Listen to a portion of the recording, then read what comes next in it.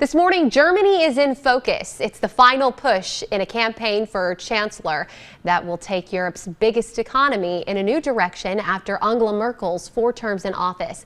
Our Luckie is live this morning in Berlin. All week, you've shown us the ties between our two countries and, of course, some of the big issues. But it's still not clear who the big winner will be come Sunday. No, not at all. In fact, millions of undecided voters right now are turning to something called Volomat or Votometer.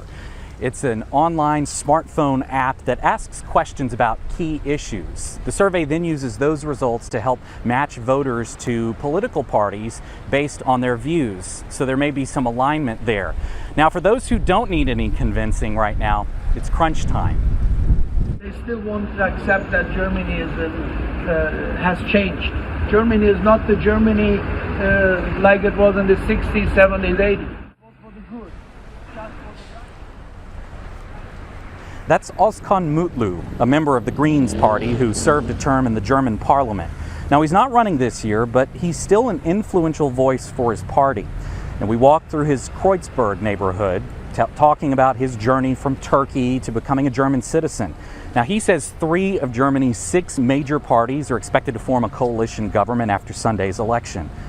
Now, the public and commercial TV networks, they're going through all those possibilities right now.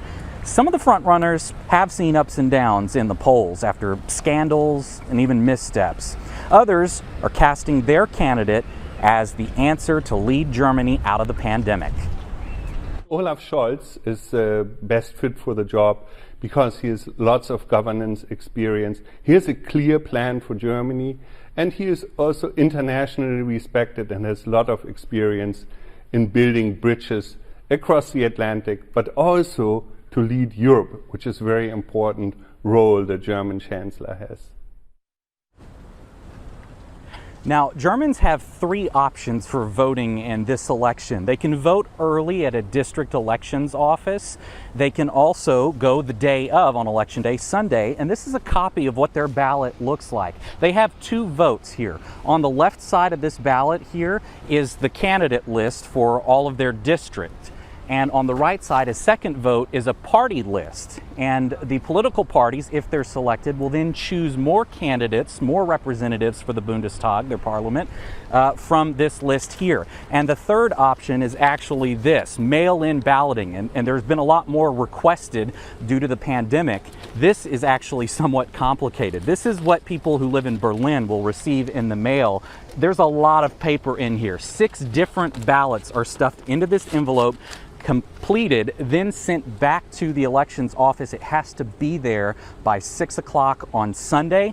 That's when the voting begins, the counting of all of the votes begins, and it's all done by hand. No electronic voting, so it could be early Monday morning before we have a clear idea of who it is that will succeed Angela Merkel as Germany's next chancellor.